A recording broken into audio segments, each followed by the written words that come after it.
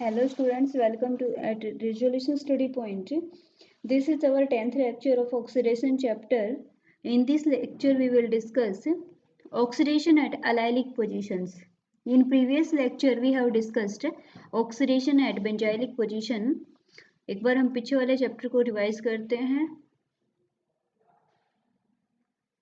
Last जो lecture था इसमें हमने पढ़ा था कि ऑक्सीडेशन एट बेंजाइलिक पोजीशन कैसे होता है। तो इसके लिए हमने जो रिएजेंट यूज किए थे वो था पोटेशियम डाइक्रोमेट या फिर पोटेशियम परमैंगनेट, जिसने जो साइड चेन मिथाइल ग्रुप था उसको कन्वर्ट किया था कार्बोक्सिलिक ग्रुप में। सेकेंड हमने पढ़ा था इसके अंदर इटार्ड रिएक्शन को। इटार्ड रिएक्शन में हमने क्या किया था, जो साइड चेन मिथाइल ग्रुप था उसको एल्डिहाइड में कन्वर्ट किया था। रिएक्शन किसकी प्रेजेंस में हुई थी, क्रोमियम ऑक्साइड और एसिटिक एनहाइड्राइड की प्रेजेंस में रिएक्शन हमने प्रोसीड कराई थी। इसके साथ ही हमने एक और रिएजेंट भी पढ़ा था कि सेरिक अमोनियम नाइट्रेट भी साइड चेन मिथाइल ग्रुप को कन्वर्ट कर देता है एल्डिहाइड में। ए जो रिएक्शन करता है, सिलेक्टिवली रिएक्शन करता है, ए के मिथाइल ग्रुप को ऑक्सीडाइज करता है। फिर हमने पढ़ा था कि अगर हम बेंजाइलिक कार्बन का ऑक्सीडेशन करते हैं सेलेनियम ऑक्साइड से तो भी हमें रिएक्शन में अच्छी खासी यील्ड मिलती है।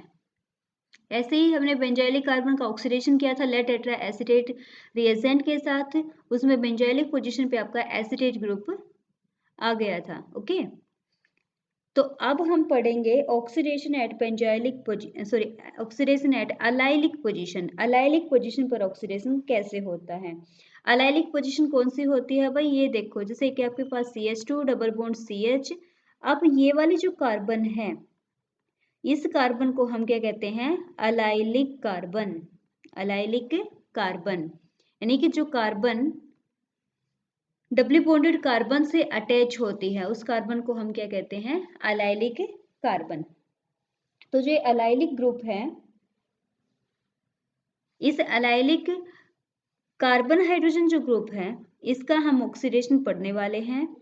इसका ऑक्सीडेशन हम पढ़ेंगे सेलेनियम ऑक्साइड की हेल्प से और अनब्रोमो सक्सेनामाइड के साथ। दो रिएजेंट हम यहाँ पर पढ़ेंगे, एक तो सेलेनियम डाइऑक्साइड कैसे ऑक्सीडाइज करता है एलाइलिक पोजीशन को, और सेकंड हम पढ़ेंगे अनब्रोमो सक्सेनामाइड कैसे ऑक्सीडाइज करता है एलाइलिक पोजीशन को। ओके, तो वन बाय वन करके हम दोनों ही रिएजेंट्स को पढ़ने वाले हैं। फर्स्टली हम डिस्कस करेंगे सेलेनियम डाइऑक्साइड की हेल्प से ऑक्सीडेशन। अब देखिए, जो सेलेनियम डाइऑक्साइड है ये एक यूनिक रिएजेंट है जो ऑक्सीडाइज करता है एलाइलिक पोजीशन को। अलाइलिक जो एल्कीन होगी आपकी उसको कन्वर्ट करेगा अलाइलिक अल्कोहल में। एग्जाम्पल देखिए, एग्जाम्पल है आपके पास एक हमें अलाइलिक सिस्टम दिया हुआ है जो कि है बोर्ड पे आपको स्क्रीन पे आपको दिखाई दे रहा होगा, CH डबल बॉन्ड CH और इधर आपका ब्यूटाइल ग्रुप है। जब हम इसका ऑक्सीडेशन करते हैं सेलेनियम डाइऑक्साइड की प्रेजेंस में, और सेलेनियम डाइऑक्साइड का हम लेकर चलते हैं 1 equivalent in presence of pyridine dichloromethane, तो यहाँ पर क्या होगा, जो यहाँ पर अलाइलिक पोजीशन होगी उसका क्या हो जाएगा, ऑक्सीडेशन। तो ये बताइए यहाँ पर अलाइलिक पोजीशन कौन सी है, ये आपको अलाइलिक पोजीशन दिख रहा होगा। इस अलाइलिक पोजीशन का होगा ऑक्सीडेशन, और ऑक्सीडेशन के बाद जो ये आपकी अलाइलिक पोजीशन आएगी, ये अलाइलिक पोजीशन कन्वर्ट हो जाएगी अल्कोहल में, हाइड्रोक्सिल ग्रुप इसके पास आ जाएगा। ओके, तो सेलेनियम डाइऑक्साइड ने क्या किया, अलाइलिक पोजीशन का ऑक्सीडेशन किया है, और ऑक्सीडेशन के बाद जो आपका CH2 ग्रुप था वो कन्वर्ट हो चुका है अल्कोहल में। ओके, अब देखिए जो सेलेनियम डाइऑक्साइड है ये जो रिएजेंट है ये एक्सपेंसिव रिएजेंट होता है। सेलेनियम डाइऑक्साइड क्या है, एक्सपेंसिव रिएजेंट है। अगर ये एक्सपेंसिव रिएजेंट है तो हम रिएक्शन में इसके एक्सेस में अगर इसको यूज करते हैं तो वो रिएक्शन हमारे लिए इकोनॉमिकली बेनिफिशियल तो होगी नहीं। अब इकोनॉमिकली हमारे लिए रिएक्शन बेनिफिशियल नहीं होगी तो हम इसके लिए कुछ ना कुछ ऐसे को कैटलिस्ट का यूज करना पड़ेगा जो क्या करे, जो सेलेनियम डाइऑक्साइड रिएक्शन में यूज होता है उसको दोबारा से रिकवर कर दे। ठीक है। तो हम इसके लिए इसके साथ जो सेलेनियम डाइऑक्साइड है, इस सेलेनियम डाइऑक्साइड के साथ एक हाइड्रोक्साइड लेकर चलते हैं जो कि है आपका टर्सरी ब्यूटाइल हाइड्रोपरऑक्साइड। जो टर्सरी ब्यूटाइल हाइड्रोपरऑक्साइड है ये क्या करेगा, जो कैटलिस्ट यूज होगा रिएक्शन में उसको दोबारा से रिकवर करने में हेल्प करेगा। तो हम सेलेनियम डाइऑक्साइड के साथ साथ टर्सरी ब्यूटाइल हाइड्रोपरऑक्साइड को भी लेकर चलते हैं। इसका काम क्या रहेगा, recovery of selenium dioxide. Example देखिए, बिल्कुल सिमिलर वाला एग्जांपल है जो हमने फर्स्टली डिस्कस किया था रिएक्शन, बिल्कुल सेम रिएक्शन है, सेम प्रोडक्ट भी मिलेगा, बट क्या होगा कि इस रिएक्शन में जो जितनी भी अमाउंट में आपका रिएजेंट यूज होगा वो रिएजेंट यहाँ पर रिकवर हो जाएगा अगर हम लेकर चलते हैं टर्सरी ब्यूटाइल हाइड्रोजन परऑक्साइड। तो ये टर्सरी ब्यूटाइल हाइड्रोजन परऑक्साइड क्या कर देगा, रिएजेंट की रिकवरी में हेल्प करेगा।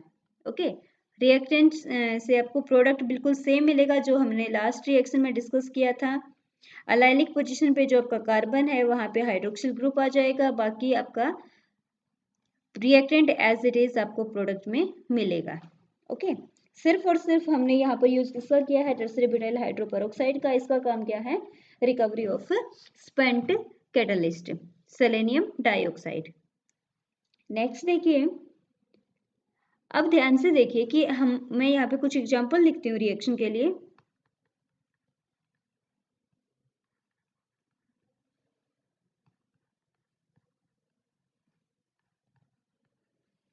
इन सबको हम डिस्कस करेंगे one by one. Allylic position वाले ही मैंने एग्जांपल लिए क्योंकि हम ऑक्सीडेशन पढ़ेंगे ही केवल और केवल अलाइल का, अलाइलिक कार्बन का ऑक्सीडेशन। ओके, तो दो एग्जांपल मैंने यहाँ लिखे हैं। हम इनका ऑक्सीडेशन करते हैं सेलेनियम डाइऑक्साइड के साथ। तो आपको पता है कि जो सेलेनियम डाइऑक्साइड है, सेलेनियम डाइऑक्साइड क्या करेगा, ऑक्सीडेशन करेगा किसका, अलाइलिक पोजीशन का। तो अब ध्यान से देखिए, फर्स्ट जो एग्जांपल है इसमें दो अलाइलिक पोजीशन है, एक तो ये वाली, सेकंड ये वाली। दोनों ही अलाइलिक पोजीशन आइडेंटिकल है, बिल्कुल एक जैसी हैं। तो दोनों में से हम किसी का भी ऑक्सीडेशन कर सकते हैं, फर्स्ट वाले का भी कर सकते हैं, सेकंड वाले का भी कर सकते हैं, क्योंकि दोनों से ही हमें आइडेंटिकल प्रोडक्ट मिलेगा। तो देखो प्रोडक्ट में क्या मिलेगा, अलाइलिक पोजीशन जहां पर भी आपको दिखाई दे, सेलेनियम डाइऑक्साइड दिखाई दे, तो आप क्या करोगे, जो आपकी अलाइलिक पोजीशन होगी उसका कर दोगे ऑक्सीडेशन, कन्वर्ट कर दोगे उसको अल्कोहल में, तो ये आपको प्रोडक्ट मिलेगा। लेकिन अगर हम सेकेंड वाला एग्जांपल देखते हैं तो इसमें ये भी अलाइलिक पोजीशन है और ये भी अलाइलिक पोजीशन है, लेकिन दोनों में डिफरेंस है। दोनों में डिफरेंस क्या है कि जो सेकेंड वाली अलाइलिक पोजीशन है ये मोर सब्सटीट्यूटेड है, फर्स्ट वाली लेस सब्सटीट्यूटेड है। तो सेलेनियम डाइऑक्साइड रिएजेंट कहता है कि जो मोर सब्सटीट्यूटेड आपकी अलाइलिक पोजीशन होगी, मोर सब्सटीट्यूटेड अलाइलिक पोजीशन होगी, उसका ऑक्सीडेशन फास्ट होगा, उसका ऑक्सीडेशन क्या होगा, फास्ट होगा। तो अब अगर यहाँ पर हम बात करें तो एक तो फर्स्ट वाला जो कार्बन है अलाइलिक कार्बन तो है, लेकिन इस पे कोई सब्सटीट्यूएंट प्रेजेंट नहीं है। सेकेंड वाली जो अलाइलिक कार्बन है इसके ऊपर सब्सटीट्यूएंट है मिथाइल ग्रुप। तो दोनों में से किसका ऑक्सीडेशन फास्ट होना चाहिए, सेकेंड वाले का ऑक्सीडेशन फास्ट होगा। अगर सेकेंड वाले का ऑक्सीडेशन फास्ट होगा तो प्रोडक्ट आपको क्या मिलेगा, सिमिलर लिखो, जो अब तक हम पढ़ते आए हैं उसके उसी नॉलेज के बिहाफ पे हम क्या बोल सकते हैं कि जो सेकेंड वाली कार्बन है उस पर क्या आ जाएगा, OH ग्रुप। तो हमने यहाँ पर ये देखा कि अलाइलिक पोजीशन पे जितने ज़्यादा सब्सटीट्यूएंट होंगे उतना ही ऑक्सीडेशन उसका फास्ट होगा। तो यहाँ से हम ये बोल सकते हैं कि CH2 ग्रुप अगर है अलाइलिक पोजीशन पे तो उसका ऑक्सीडेशन सबसे फास्ट होगा, उसके बाद किसका होगा, CH3 का, और अगर CH है तो उसका सबसे लास्ट में होगा। ठीक है, तो ये कंडीशन आएगी। एक और एग्जांपल देखो, नेक्स्ट एग्जांपल इज दैट आपके पास ये कंपाउंड है, आप इसका ऑक्सीडेशन करते हो सेलेनियम डाइऑक्साइड से। अब ध्यान से देखिए, सेलेनियम डाइऑक्साइड क्या करेगा, अलाइलिक पोजीशन का ऑक्सीडेशन करेगा। तो इसमें अलाइलिक पोजीशन की बात करते हैं, तो इसमें अलाइलिक पोजीशन तो एक तो ये वाली है, एक आपकी अलाइलिक ये वाली है, सेकंड आपकी अलाइलिक ये वाली है। मैं इन सबको अलग अलग डिस्टिंग्विश करती हूँ, एक मिनट रुको। ये फर्स्ट वाली बोल दिया, इसको मैंने सेकंड बोल दिया, इसको थर्ड बोल दिया। तो out of this three allylic position which one oxidised with selenium dioxide, selenium dioxide कौन से अलाइल पोजीशन का ऑक्सीडेशन करेगा, फर्स्ट वाली का या फिर सेकंड वाली का या फिर थर्ड वाली का। तो जैसे कि हमने लास्ट एग्जांपल में पढ़ा कि सेलेनियम डाइऑक्साइड से जो मोर सब्स्टिट्यूटेड अलाइलिक पोजीशन होगा उसका ऑक्सीडेशन होगा। तो मोर सब्स्टिट्यूटेड अगर हम बात करें तो फर्स्ट और थर्ड में सब्स्टिट्यूएंट एक जैसे हैं, सेकंड वाले में बिल्कुल भी नहीं है। फर्स्ट पे भी CH2 ग्रुप है, थर्ड पर भी क्या है, CH2 ग्रुप है। लेकिन अगर हम बात करें थर्ड कार्बन का, तो थर्ड कार्बन के पास एक स्टेरिक हिंड्रेंस भी है, और हम ये पढ़ते हैं कि जिसमें ज़्यादा सब्स्टिट्यूशन होगा, ज़्यादा स्टेरिक हिंड्रेंस होगी, वहां पर रिएक्शन क्या होगी, फास्ट। तो जब हम इसका ऑक्सीडेशन करेंगे सेलेनियम डाइऑक्साइड से, तो जो आपकी थर्ड पोजीशन थी, इस थर्ड पोजीशन पे क्या आ जाएगा, मिथाइल ग्रुप आ जाएगा, सॉरी हाइड्रोक्सिल ग्रुप आ जाएगा। जो थर्ड वाली अलाइलिक पोजीशन थी उसका हो जाएगा ऑक्सीडेशन। ओके, तो ये था इसके रेजो सेलेक्टिविटी के रिगार्डिंग। नेक्स्ट हम पढ़ते हैं मैकेनिज्म। मैकेनिज्म क्या होगा,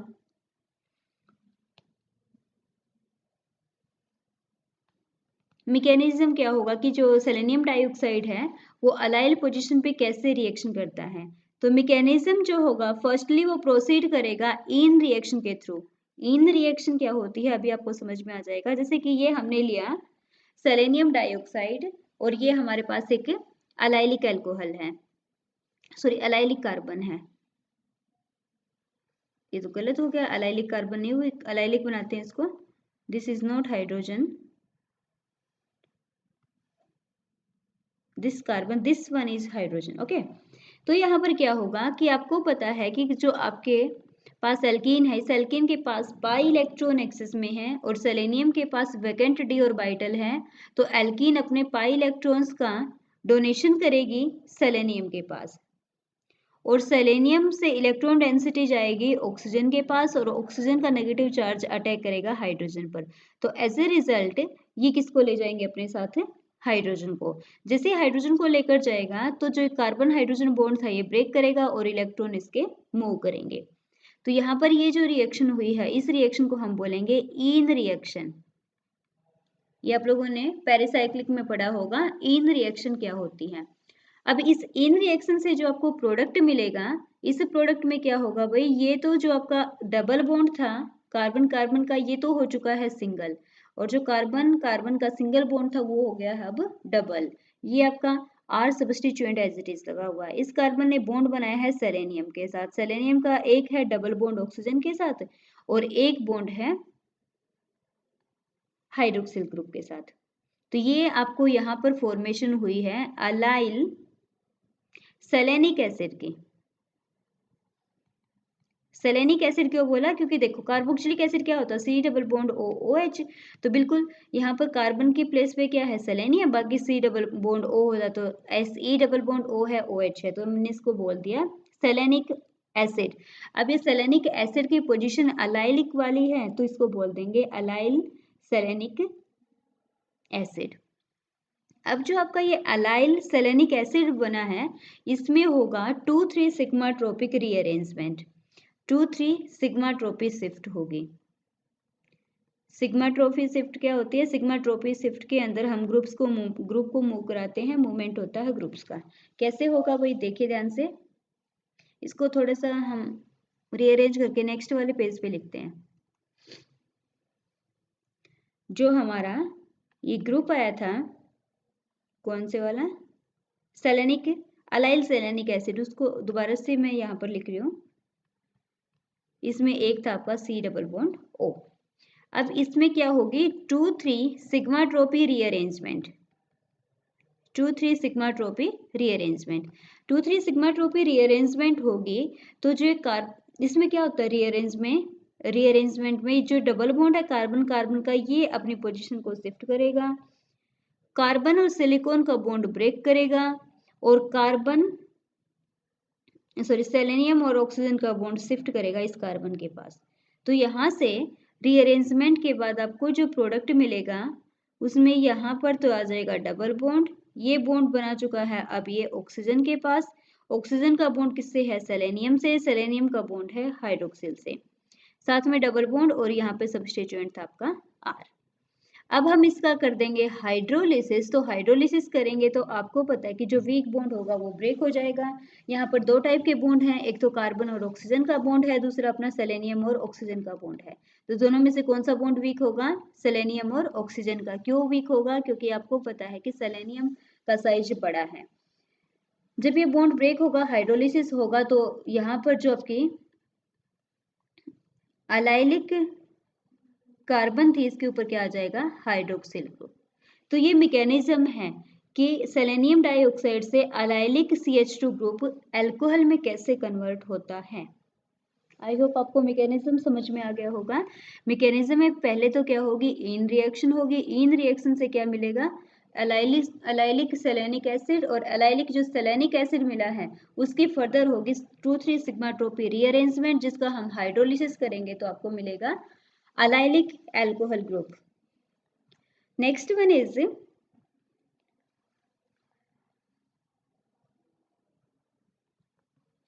तो जो सेलेनिक डाइऑक्साइड है, अगर आपके पास दो तरह की मिथाइल ग्रुप प्रेजेंट है तो उसमें से जो ई मिथाइल ग्रुप होगा केवल और केवल उसी पर रिएक्शन होगी, जेड वाले पर नहीं होगी। एग्जांपल देखते हैं, एक बार देखिए, आपके पास ये एक एल्कीन है, अलाइलिक कार्बन यहाँ पर आपको दिख रही होगी। जब हम इसका ऑक्सीडेशन करते हैं विद सेलेनियम डाइऑक्साइड तो यहाँ पर ध्यान से देखिए, आपके पास ये वाली भी अलाइलिक पोजीशन है, ये वाली भी अलाइलिक है और ये वाली भी क्या है अलाइलिक। अब 1 2 3 तीनों के तीनों अलाइलिक पोजीशन है। हमने जो लास्ट में ये पढ़ा था कि जो सबसे ज्यादा सब्स्टिट्यूटेड ग्रुप होता है उसी पर रिएक्शन करता है, लेकिन ऐसा नहीं है। रिएक्शन तो मोर सब्स्टिट्यूटेड पर ही होती है, बट ई एल्कीन पे रिएक्शन फास्ट होती है। तो ये बताइए, यहाँ पर ये तो हो गए दोनों सेम साइड पर, तो इनको तो बोल देंगे जेड, और ये क्या हो गई ई एल्कीन। तो ई वाली पे रिएक्शन होगी तो जो ई वाला कंपाउंड था आपका वो किस में कन्वर्ट हो जाएगा, एल्कोहल में। तो ये होगा CH2OH। तो सिलेक्टिवली किस पर रिएक्शन होगी, ई पर रिएक्शन होगी। और देखिए एग्जांपल इसका,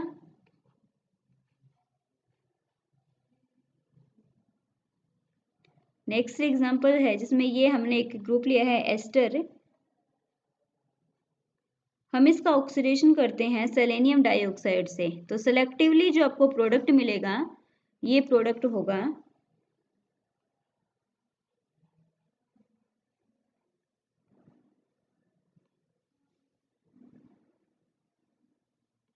CH2OH। अगेन यहाँ पर भी कौन सा आपको ग्रुप मिलेगा,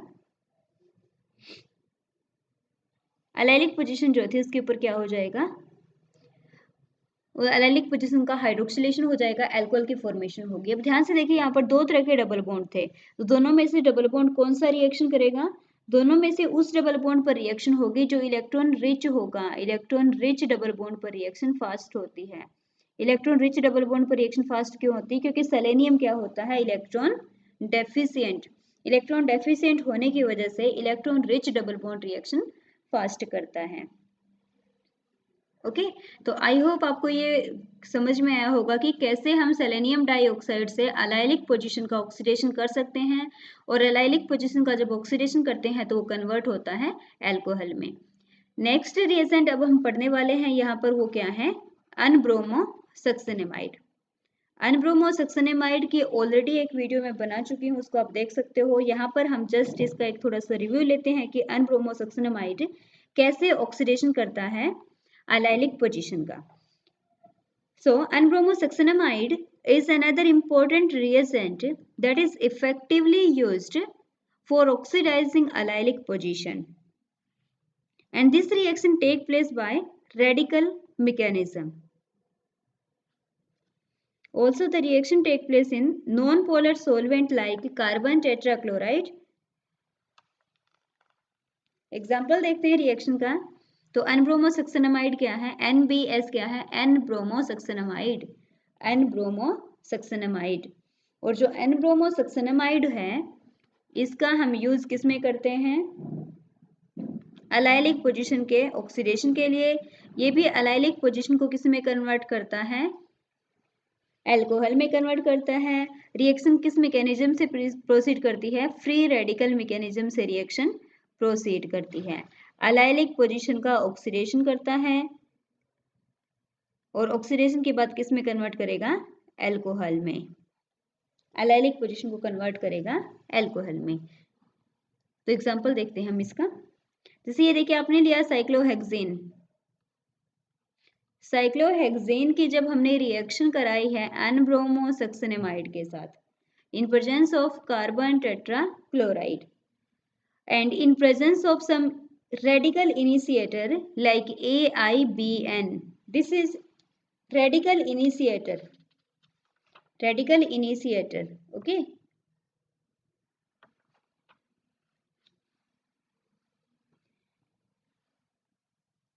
AIBN की फुल फॉर्म क्या होगी ये आप लोगों को मुझे कमेंट करके बताना है, ओके।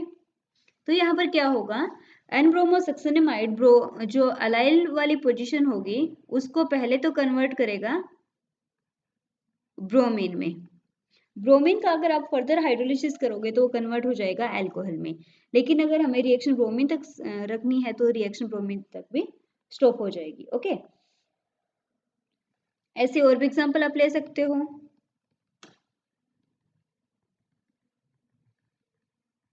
जैसे कि आपने ये कंपाउंड लिया, जब आपने इसका रिएक्शन की NBS के साथ तो N-ब्रोमोसक्सेनामाइड क्या करेगा, जो अलाइलिक पोजीशन होगी उस पोजीशन पे क्या लगा देगा, ब्रोमीन। बाकी सारा कंपाउंड क्या रहेगा, सेम। तो N-ब्रोमोसक्सेनामाइड से जो आपकी अलाइलिक पोजीशन होगी उस पोजीशन पे क्या आ जाएगा, ब्रोमीन आ जाएगा। तो कंपाउंड क्या मिलेगा आपको, CH3 CH2 CH2 CH2 CH double bond CH2। तो ये आपका क्या आ जाएगा, ब्रोमीन। NBS ने क्या किया, अलाइल पोजीशन पे क्या लगा दिया, ब्रोमीन।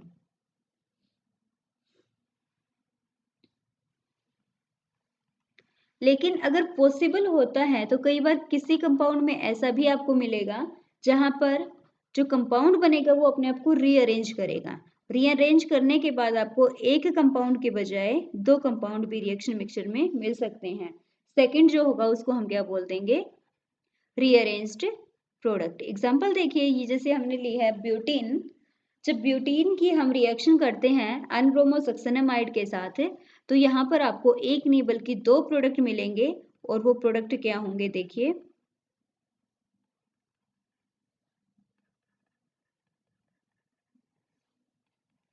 सेकेंड प्रोडक्ट इसमें मिलेगा रीअरेंज्ड प्रोडक्ट, जो होगा आपका ये वाला। सेकेंड वाले में क्या होगा, रीअरेंज्ड प्रोडक्ट मिलेगा। रीअरेंज्ड प्रोडक्ट क्यों मिलेगा ये आपको मैकेनिज्म से समझ में आ जाएगा। एक बार मैं मैकेनिज्म करा देती हूँ। मैकेनिज्म देखिए, मैकेनिज्म में क्या होगा, सबसे पहले आपको पता है कि रिएक्शन फ्री रेडिकल मैकेनिज्म से होती है। तो फर्स्ट स्टेप के अंदर रेडिकल का इनिशिएशन होता है, रेडिकल की फॉर्मेशन होती है। तो हमने लिया ये N-ब्रोमोसक्सेनामाइड। N-ब्रोमोसक्सेनामाइड का हुआ नाइट्रोजन और ब्रोमीन के बॉन्ड का homolytic bond cleavage in presence of radical initiator AIBN।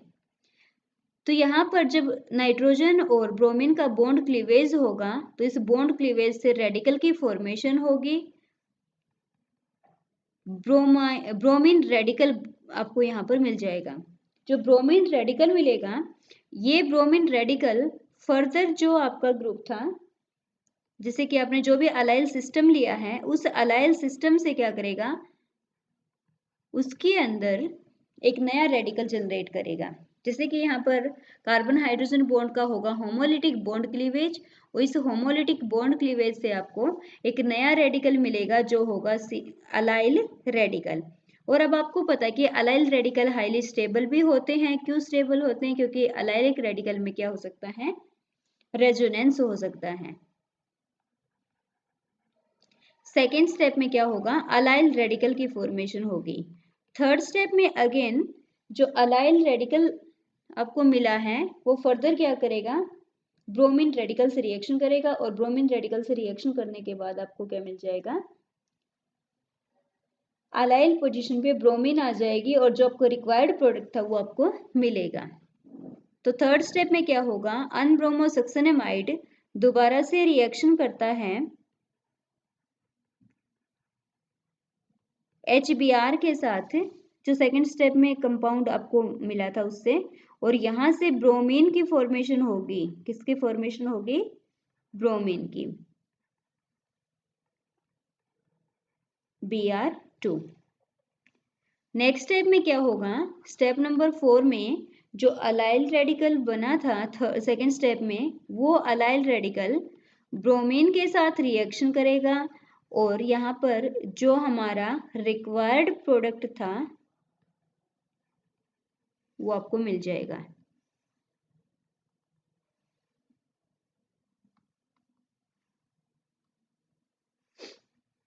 CH2 position पे क्या आ गया? ब्रोमीन। तो ये रिक्वायर्ड प्रोडक्ट आपको मिलेगा। तो हमने देखा कि अनब्रोमोसक्सेनामाइड से जो ब्रोमिनेशन होती है अलाइल पोजीशन पे, अलाइल पोजीशन पे ब्रोमीन कैसे आती है, उसका मैकेनिज्म क्या है?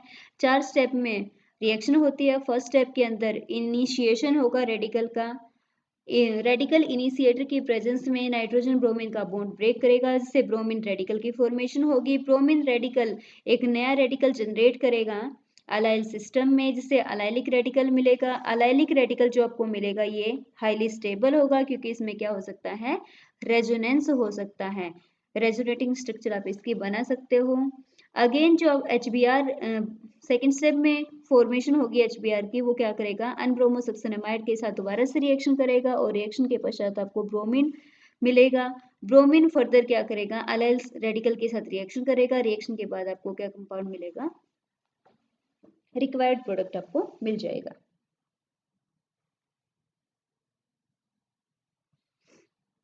नेक्स्ट एग्जांपल देखिए।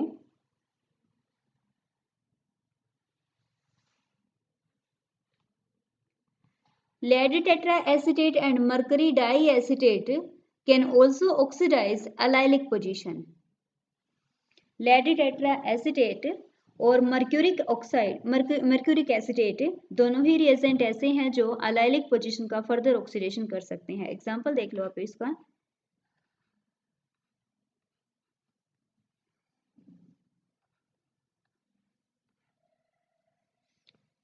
हमने रिएजेंट लिया है मर्क्यूरिक एसीटेट का। मर्क्यूरिक एसीटेट क्या करेगा? अलाइल पोजीशन का ऑक्सीडेशन कराएगा, और अलाइलिक पोजीशन पे क्या आ जाएगा? एसीटेट ग्रुप आ जाएगा। सिमिलर हम ऑक्सीडेशन कर सकते हैं लेड टेट्रा एसीटेट के साथ। लेड टेट्रा एसीटेट भी क्या करेगा? ऑक्सीडेशन कराएगा। किसकी? अलाइलिक पोजीशन की। और ऑक्सीडेशन होगा तो फिर लेड टेट्रा एसीटेट से अलाइलिक पोजीशन पे एसीटेट ग्रुप आ जाएगा। तो ये था लेक्चर जिसमें हमने स्टडी किया कि हम अलाइलिक पोजीशन का ऑक्सीडेशन कैसे कर सकते हैं। अलाइलिक पोजीशन के ऑक्सीडेशन करने के लिए हमने यूज किया डिफरेंट रिएजेंट्स का, जिसमें हम एक बार रिवाइज करते हैं। फर्स्ट जो रिएजेंट हमने यूज किया था वो था अपना सेलेनियम डाइऑक्साइड। सेकेंड रिएजेंट हमने यूज किया अनब्रोमोसक्सेनामाइड। थर्ड हमने जस्ट एक ही रिएक्शन में पढ़ा मर्क्यूरिक एसीटेट, और फोर्थ हमने पढ़ा लेड टेट्रा एसीटेट। तो सेलेनियम डाइऑक्साइड ने क्या किया? अलाइलिक पोजीशन को अल्कोहल में कन्वर्ट कर दिया। बहुत सारी रिएक्शंस हमने इसकी देखी। सेकेंड जो रिएजेंट हमने स्टडी किया वो था अपना अनब्रोमोसक्सेनामाइड। अनब्रोमोसक्सेनामाइड ने फ्री रेडिकल मैकेनिज्म से अलाइलिक ऑक्सीडेशन किया, और अलाइलिक ऑक्सीडेशन के बाद जो प्रोडक्ट मिला आपको वो क्या मिला? अलाइलिक पोजीशन पे ब्रोमीन आपको मिल जाएगी। अलाइलिक ब्रोमिनेशन हम इसको बोलेंगे रिएक्शन को। मैकेनिज्म हमने पढ़ा कि एन-ब्रोमोसक्सेनामाइड से एलाइलिक पोजीशन का ऑक्सीडेशन कैसे होता है। नेक्स्ट हमने पढ़ा कि अगर एलाइलिक कंपाउंड्स का हम रिएक्शन करते हैं मर्क्यूरिक एसीटेट और लेड टेट्राएसीटेट से तो भी डिफरेंट ऑक्सीडाइज्ड प्रोडक्ट आपको मिलेंगे। एलाइलिक पोजीशन पे एसीटेट ग्रुप आ जाएगा। ओके, आई होप आपको ये एलाइलिक पोजीशन का ऑक्सीडेशन लेक्चर समझ में आ गया होगा।